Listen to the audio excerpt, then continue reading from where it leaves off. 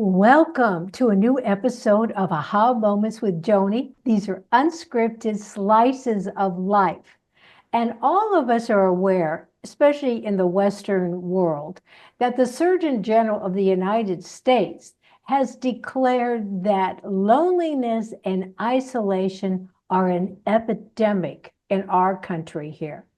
And so when I wrote my new book that just came out, Finding True Love After 50, I have as the subtitle, Create Your Best Life in the Age of Loneliness. And what that means to me is a sense of loneliness is a lack of connection to a social network, that you are feeling an ache because you don't feel connected with the people around you. And that causes depression and it causes isolation.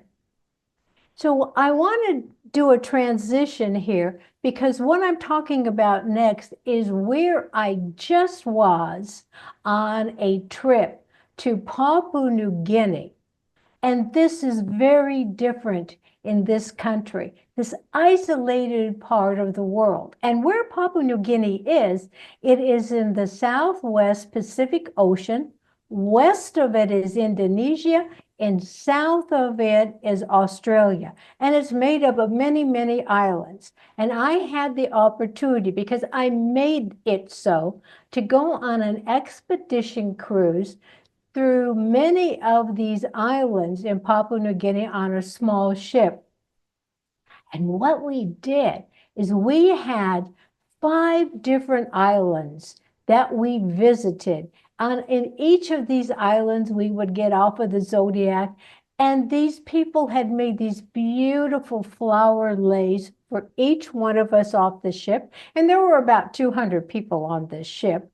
And then a couple of these islands, they laid out food for us. And then the center activity was that they did dances. And so they would have the women and the girls dance. And then later the men would come and dance. And as we walked around these islands, most of them were about a mile long. And there would be 5 or 6 different groupings of people on this island. Yet they were connected. Everyone knew everyone. Their daily life was in a communal setting. The men on each of these islands, the men had their men's house where they would go with the boys, and the women had their women's house with the girls.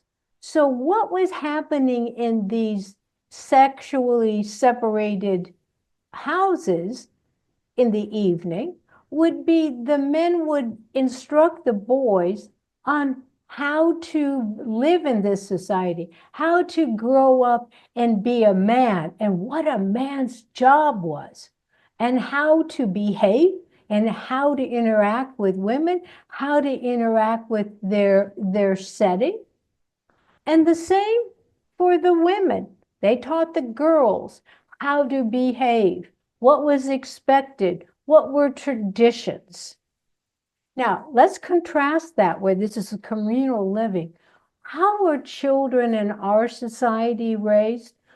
Basically, we got a lot of TikTok happening. We have a lot of cell phones.